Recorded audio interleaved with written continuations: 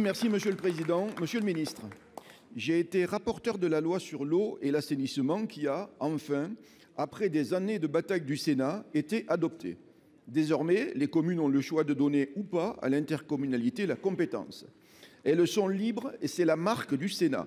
Seulement voilà, nous avons un vrai problème. Certaines agences de l'eau conditionnent leur aide aux communes que si celles-ci ont basculé leurs compétences vers l'intercommunalité.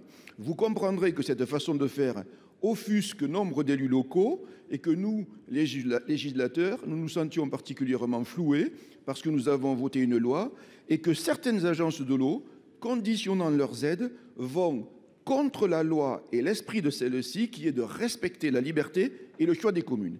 Que comptez-vous faire, Monsieur le Ministre, pour que les agences de l'eau respectent désormais la loi et son esprit?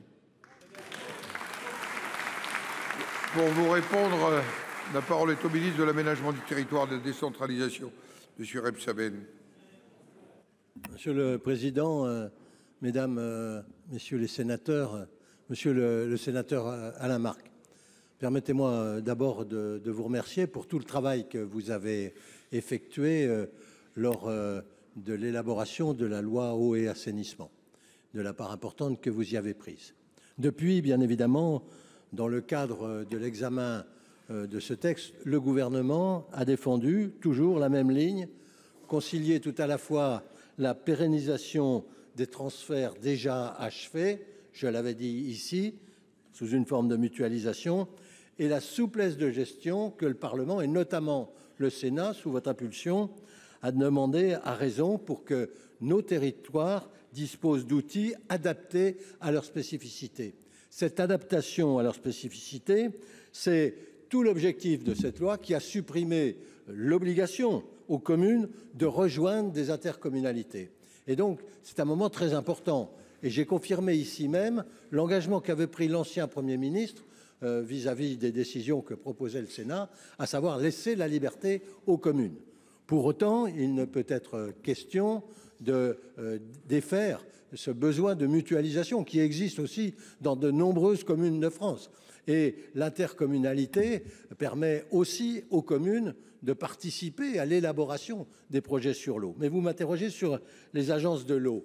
Et donc, je voulais vous dire que l'eau, je le pense sincèrement, ne se gère pas uniquement par commune. L'eau se gère par bassin.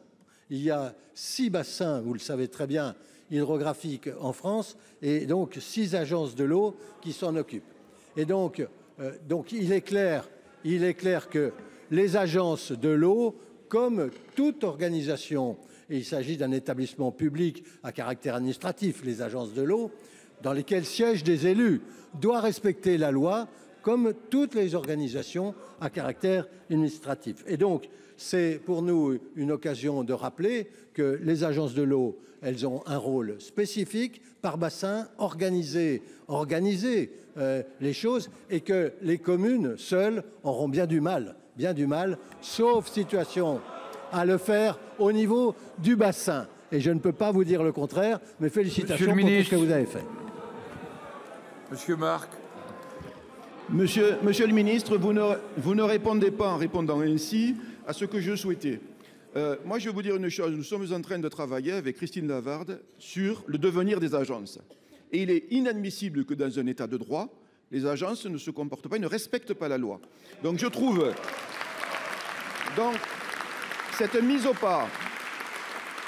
Monsieur le Ministre, les présidents d'agences sont nommés par le président de la République. Donc une mise au pas est peut-être nécessaire. Je suis désolé d'employer ces mots, mais il le faut.